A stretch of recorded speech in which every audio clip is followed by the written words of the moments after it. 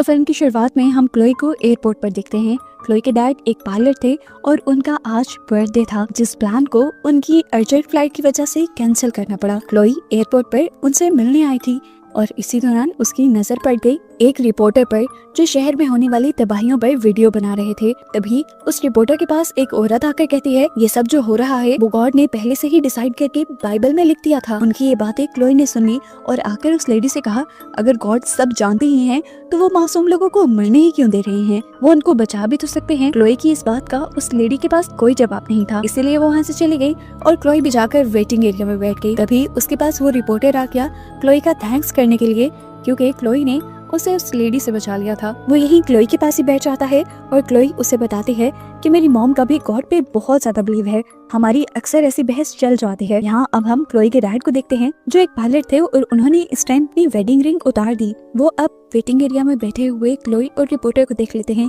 उन्हें लगता है कि इन दोनों के दरमियान में दोस्ती हो गई है। यहाँ क्लोई भी जाकर फौरन अपने डैड से मिलती है और उनसे उनके और उसकी मॉम के रिलेशंस को ठीक करने को कहती है। तब डैड ने कहा, मुझे नहीं लगता कि हम ठीक हो पाएंगे, हमारी शादी काफी पहले हो गई थी, सब ठीक रहा लेकिन वक्त के साथ सब खराब होता गया। तुम्हारी मॉम का जब से गॉड पे इतना ज्यादा बिलीव होने लगा है, वो हर बात में गॉड को ले आती हैं और इसी चीज ने हमारे रिलेशन को खराब किया है। ये कहने के बाद उसके डैड वहाँ से चले जाते हैं, जिसके बाद क्लोई दोबारा रिपोर्टर के साथ कॉफी पीने के लिए बैठ जाती है। ये लोग इसी टॉपिक पर बात कर रहे थे कि कैसे लोगों का गॉड पे इतना ज्यादा बिलीव बन जाता है कि तभी उनके पास एयरपोर्ट का एक एम्प्लॉय आकर उन्हें 2 लंदन की टिकट देकर जाता है। क्लोई के डैड को लग रहा था कि क्लोई रिपोर्टर को पसंद कर रही है, वो एक साथ ज्यादा टाइम बिताएं, इसीलिए उन्होंने ये टिकट भेजे थे।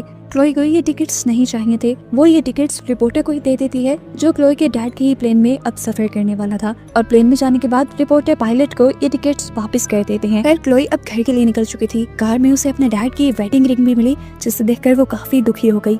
वो घर आई तो सबसे पहले उसे उसका भाई मिला, जिसे गले लगाकर क्लोई बहुत ज्यादा खुश हो गई और अब वो गई अपनी मॉम के पास। वो अपनी मॉम से अपने डैड के बारे में बात करने आई थी। वो चाहती थी कि इन दोनों के दरमियान के रिलेशन पहले जैसा हो जाए, लेकिन उसकी मॉम दोबारा गॉड की बातें कर रही थी और ऐसे में उन दोनों के दरमियान में लड़ाई हो जाती है और अपना मूड ठीक करने के लिए क्लोई अपने भाई के साथ मॉल में चली जाती है। ये लोग यहाँ पर काफी एंजॉय तो करते हैं, लेकिन क्लोई का भाई क्लोई से पूछता है कि हमारे मॉम डैड के दरमियान में सब ठीक तब होगा। ये सुनते ही क्लोई दोबारा थोड़ी सी उदास हो गई, लेकिन अपने भाई का मूड ठीक रखने के लिए उसने अपने भाई को गले लगाया और कहा, जल्द ही सब ठीक हो जाएगा। अभी वो ये बात ही कर रही थी कि एकदम से उसका भाई गायब हो गया। उसके हाथ में सिर्फ उसके भाई के कपड़े रह गए। उसे समझ नहीं आ रही थी उसके साथ हुआ क्या। इधर उधर देखा तो मॉल में बहुत सारे लोग गायब हो चुके थे और हर तरफ अफरा तफरी हो चुकी थी। अभी क्लोई अपनी जगह से उठी ही नहीं थी कि उसने देखा कि दूर से एक कार मॉल के अंदर आ रही है। वो जल्दी से अपनी जगह से उठ जाती है और कार मॉल के शीशे क्रैश करते हुए अंदर आ जाती है। क्लोई ने देखा कि इस कार का ड्राइवर भी गायब हो चुका था, इसलिए ये कार कंट्रोल से बाहर हो गई थी। जहाँ बहुत से लोग इस मॉल में घबराए हुए थे, वहीं बहुत से लोग खाली मॉल्स को देखकर लूटने लग गए। वो बाहर गई तो बाहर बहुत ज्यादा ट्रैफिक जाम था, क्योंकि गाड़ियों में मौजूद भी कई ड्राइवर्स गायब हो चुके थे। ऊपर क्लोई के डैड के प्लेन में भी हमें दिखाया जाता है कि पहले तो सब कुछ नॉर्मल था, लेकिन अचानक से प्लेन बुरी तरह हिलने लगा। पैसेंजर्स ने जब हैरान होकर इधर उधर देखा तो इन्हें क्या पता चला कि इनके साथ बैठे हुए लोग ही काफी ज्यादा गायब हो चुके थे। अब प्लेन भी किसी और डायरेक्शन में जा रहा था। क्लोई के डैड ने कॉकपिट में जाकर देखा कि दूसरा पायलट भी गायब हो चुका था। क्लोई के डैड ने प्लेन को तो संभाल लिया था, लेकिन यहाँ पर सब लोग गायब कैसे हुए थे ये एक मिस्ट्री थी। प्लेन में वो रिपोर्टर अपनी रिकॉर्डिंग कर रहा था। वो अब ये रिकॉर्डिंग भी देखने लगा कि कैसे यहाँ से लोग गायब हुए हैं, लेकिन इस रिकॉर्डिंग में भी उसे कुछ नहीं नजर आता। बस यही देखने को मिलता है कि एकदम से लोग गायब हो गए। अपने साथी लोगों के गायब होने की वजह से सभी लोग पैनिक हो गए थे, यानी ये जानते थे कि दुनिया में और भी लोग गायब हुए हैं। अग्रेसिव होकर वो कॉकपिट का दरवाजा बचाने लग जाते हैं। तब वो रिपोर्टर सबको समझाता है कि हम सबको अग्रेसिव नहीं होना चाहिए, बल्कि मुश्किल का हल निकालना चाहिए, लेकिन लोगों का गुस्सा थमने पर नहीं आ रहा था।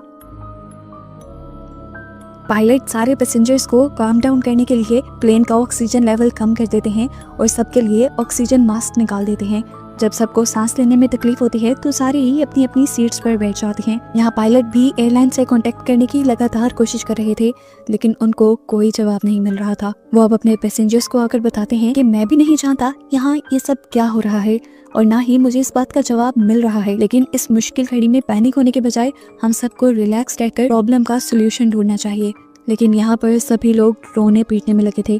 रिपोर्टर भी यहाँ गायब होने वाले लोगों की फैमिली और फ्रेंड्स का इंटरव्यू लेने लगा। सभी लोगों ने यही बताया कि उन्होंने यहाँ कुछ अजीब नहीं फील किया, लेकिन अचानक से उनके साथ ही या उनके फैमिली मेंबर्स गायब हो गए। बस उनके कपड़े यहाँ पर रह चुके थे। यहाँ पर एक औरत भी थी जिसे हम देखते हैं कि वो वॉशरूम में जाकर कोई मेडिसिन लेती है और आकर रिपोर्टर को बताती है ये सब कुछ रियल नहीं है। यहीं पर एक मुस्लिम आदमी भी था, उसे भी गॉड पे बिलीव था। उसे लगा कि सब लोग मिलकर उसी के साथ कोई प्रैंक कर रहे हैं, लेकिन एक लड़का उठकर उसके साथ लड़ने लगा कि हम तुम्हारे साथ क्यों प्रैंक करेंगे, ये सब तो गॉड ने किया है और क्योंकि हम सबके गॉड अलग हैं इसीलिए गॉड हमारी बात नहीं सुन पा रहे। इधर ही क्लोई के डैड पायलट इमरजेंसी लैंडिंग के लिए न्यूयॉर्क में ही जगह तलाश कर रहे थे क्योंकि उनका फ्यूल भी काफी कम रह गया था। सीन कट होकर हमें क्लोई को दिखाया जाता है जो किसी तरह मॉल से निकलकर अपनी कार तक आने में कामयाब हो चुकी थी। इससे पहले कि वो अपनी कार में बैठकर यहाँ से निकलती, उसने सामने से एक प्लेन आता देखा जिसके अंदर कोई पायलट नहीं था। प्लेन को आता देखकर वो तो साइड पे हो गई, लेकिन प्लेन उसकी कार में जाकर क्रैश हो गया और ऐसे उसकी सारी कार तबाह हो गई। क्लोई क्या करती, पैदल ही वो आगे बढ़ने लगी तो रास्ते में दो बाइकर्स ने आकर उसका हैंडबैग चुरा लिया। वो उनके पीछे भागना चाहती थी, लेकिन तभी उसने देखा कि ब्रिज से एक बस नीचे जाकर गिरी है। ये देखकर वो बुरी तरह घबरा गई। वो नीचे चली गई बस से गिरे हुए लोगों की मदद करने के लिए, लेकिन उसने देखा कि बस के तो सारे लोग गायब हो चुके थे और इस टाइम बस में कोई भी नहीं था। क्लोई किसी तरह चलते हुए एक रोड तक आती है और यहाँ भी वही अफरा तफरी देखती है जो वो पहले देख चुकी है। वो लगातार अपनी मॉम को भी कॉल करने की कोशिश कर रही थी, लेकिन कोई रिस्पांस नहीं मिल रहा था। इस रोड पर भी काफी सारी कार क्रैश थी। अब वो भागते हुए एक शॉप के पास जाते हैं जिस ज्वेलरी शॉप को बहुत से लोग लूट रहे थे। अचानक से कोई उसके ऊपर भी गन तान देता है, लेकिन क्लोई वहाँ से भाग जाती है। आगे जाकर उसने देखा कि एक गायब हुए आदमी के कपड़ों के पास एक बोर्ड रखा हुआ था जिस पे लिखा था एंड इज हियर, यानी दुनिया खत्म होने वाली है।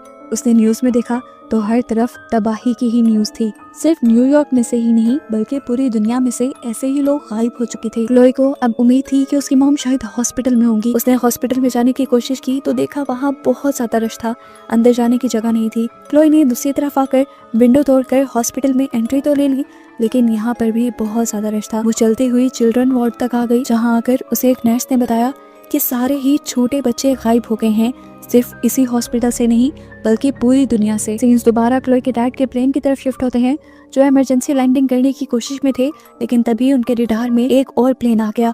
वो उस प्लेन से कांटेक्ट करने की कोशिश करते हैं, लेकिन दिखाया जाता है कि उस प्लेन में दोनों ही पायलट गायब हो चुके हैं। लेकिन उस प्लेन में बहुत सारे पैसेंजर्स अभी थे, लेकिन क्लोई के डैड उस सामने वाले प्लेन के लिए कुछ नहीं कर सकते थे।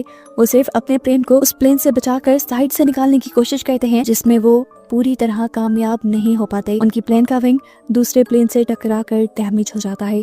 यहाँ रिपोर्टर अपने प्लेन की विंडो से देखता है कि दूसरा प्लेन पूरी तरह क्रैश होकर नीचे गिरने लग गया था। इसी प्लेन में एक छोटा आदमी भी था जिससे लग रहा था कि ये सारा काम इस प्लेन में बैठे हुए मुस्लिम आदमी का है। उसने उसका बैग खोलकर चेक करना शुरू किया, लेकिन उसमें एक इलेक्ट्रिक टूथब्रश के अलावा ऐसा कुछ नहीं मिला और वो छोटा आदमी मुस्लिम आदमी के ऊपर भड़कने लग गया। तब एक आदमी ने उसे रिलैक्स किया और बताया कि इंसानों के पास ऐसी कोई टेक्नोलॉजी नहीं जिससे वो इंसानों को ही गायब कर पाए। ये जरूर एलियंस का या किसी बड़ी सिविलाइजेशन का काम है। यहाँ इनके प्लेन का विंग भी बुरी तरह हिल रहा था। रिपोर्टर एयर होस्टेस को बुलाकर ये सब दिखाता है और एयर होस्टेस ये सब पायलट को बताने को कहती है। तो रिपोर्टर इसकी पिक्चर लेकर पायलट के पास आ जाता है जो कि क्लोई के डैड थे। क्लोई के डैड ने बताया असल में हमारा विंग डैमेज हो गया है जिसकी वजह से हमें लैंडिंग करने में काफी मुश्किल होगी। पायलट को खुद इंस्पेक्शन करने की जरूरत थी, लेकिन कॉकपिट में क्योंकि दूसरा पायलट मौजूद नहीं था तो वो इसीलिए दोबारा कैमरॉन को यानी इस रिपोर्टर को ही कहता है कि जाकर पोजीशन चेक करके आओ। इस मर्तबा उसने देखा कि विंग में से फ्यूल निकलकर वेस्ट हो रहा था। इससे पहले कि वो ये बात आकर पायलट को बताता, यहाँ पर एक लेडी बहुत ज्यादा पैनिक हो जाती है। वो रोने लग जाती है और कहती है कि मुझे वहीं जाना है जहाँ पर मेरा बेटा गया है। कैमरॉन उसको संभालने में लग जाता है और इसी दौरान प्लेन के एक विंग में आग लग जाती है। यह आग फ्यूल के लगातार निकलने की वजह से लगी हुई थी। इस आग को देखते हुए पैसेंजर्स और भी ज्यादा घबरा गए। सबको रिलैक्स करने के बजाय कैमरॉन यानी वो रिपोर्टर भी जाकर पायलट को बताता है कि अब उस विंग में आग लग चुकी है। पायलट ने बताया मैं इसको बुझाने के लिए कुछ नहीं कर सकता क्योंकि ऑलरेडी प्लेन में फ्यूल बहुत कम है। मैं बस फ्यूल के खत्म होने से पहले इस प्लेन को न्यूयॉर्क लैंड करना चाहता हूँ। इतनी ही देर में दिखाया जाता है कि विंग में लगी हुई आग भी खत्म हो चुकी थी क्योंकि उस विंग का फ्यूल ही खत्म हो गया था। सीन कट होकर हमें क्लोई को दिखाया जाता है जो अब अपने घर के पास आ चुकी थी। उसने अपने नेबर्स में देखा सबके सब उदास थे क्योंकि उन्होंने अपने किसी न किसी को खो दिया था। क्लोई अब भारी कदमों के साथ अपने घर में जाती है। वो अपनी मॉम को लगातार आवाज दे रही थी, लेकिन उसकी मॉम उसे घर में नहीं मिली। वॉशरूम में बस उनकी ज्वेलरी उसको मिल गई। इसके बाद उसे अपनी मॉम की बाइबल मिलती है, जिसके अंदर उन्होंने क्लोई के लिए एक नोट छोड़ा था, कि देखकर क्लोई को गुस्सा आ जाता है और वो बाइबल को ही उठाकर अपने घर से बाहर फेंक देती है और आ जाती है चर्च में। क्लोई बहुत ज्यादा टूटी हुई थी। वो फादर से पूछते हैं कि ये सब क्या हो रहा है और क्यों हो रहा है। तब फादर ने कहा, ये सब अच्छा है, जो लोग यहाँ से चले गए हैं वो डायरेक्ट हेवन में गए हैं।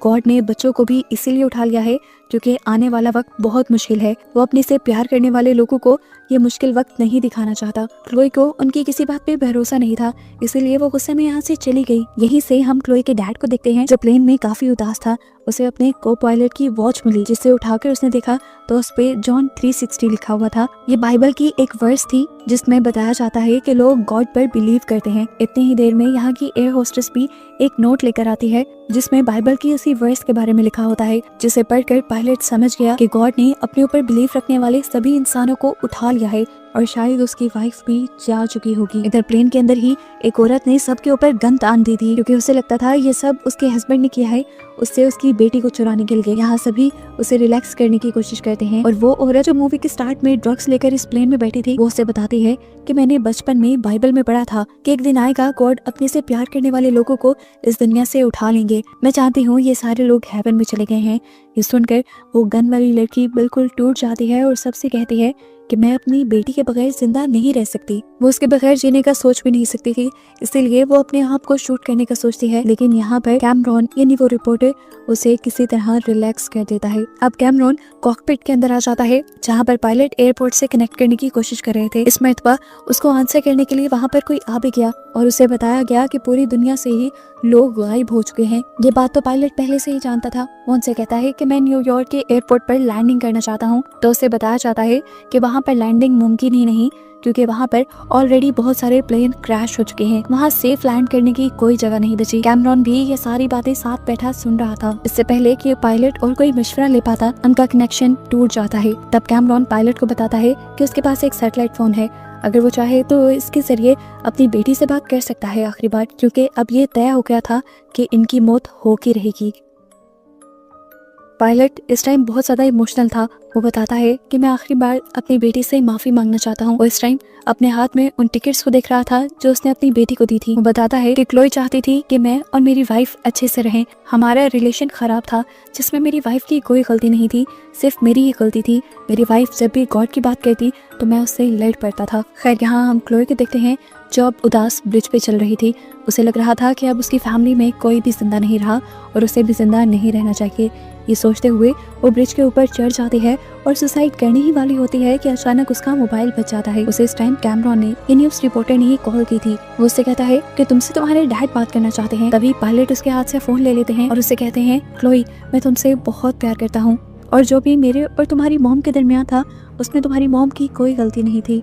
यहाँ पर पायलट अपनी बेटी को ये भी बताते हैं कि वो लोग अब प्लेन को लैंड नहीं कर सकते, क्योंकि लैंडिंग के लिए कोई एरिया बचा ही नहीं है। वो अब मर जाएंगे। इससे पहले कि क्लोई उनसे कोई और बात कर पाती या उन्हें कुछ कह पाती, उनका सिग्नल ड्रॉप हो जाता है। क्लोई अब जल्दी से ब्रिज से उतरती है और ब्रिज के पास मौजूद एक बाइक पे बैठ जाती है। यहाँ हम क्लोई के डैड को प्लेन में देखते हैं, जहाँ वो अपने पैसेंजर्स को ये बुरी खबर देता है कि वो अपना प्लेन कहीं पर भी सेफ लैंड नहीं कर सकते। उनका प्लेन हवा में ही क्रैश हो जाएगा और सब मारे जाएंगे। इसलिए बेहतर यही है कि इस टाइम पे सब गॉड को याद करें। दूसरी तरफ हम क्लोई को देखते हैं जो रश ड्राइविंग करते हुए एक कंस्ट्रक्शन साइट पर आ गई थी। इस जगह के बारे में उसे पता था। यहाँ पे एक बहुत खुला रोड था जिस पर उसके डैड अपना प्लेन लैंड कर सकते थे। उस जगह को क्लियर करने के बाद जल्दी से क्लोई अपने डैड को कॉल करती है और उन्हें बताती है कि उसने लैंडिंग के लिए एक जगह ढूंढ ली है, लेकिन अब प्लेन का कंपास भी काम नहीं कर रहा था। तो क्लोई ने अपनी लोकेशन उन्हें सेंड कर दी, लेकिन फिर भी ऊंचाई से प्लेन को तंगी हो रही थी वो जगह ढूंढने में जहाँ उन्हें लैंड करना था। अब प्लेन में फ्यूल भी बहुत थोड़ा सा रह गया था, ये लोग और वेट भी नहीं कर सकते थे। इतनी ही देर में क्लोई दोबारा अपने डैड को कॉल करती है,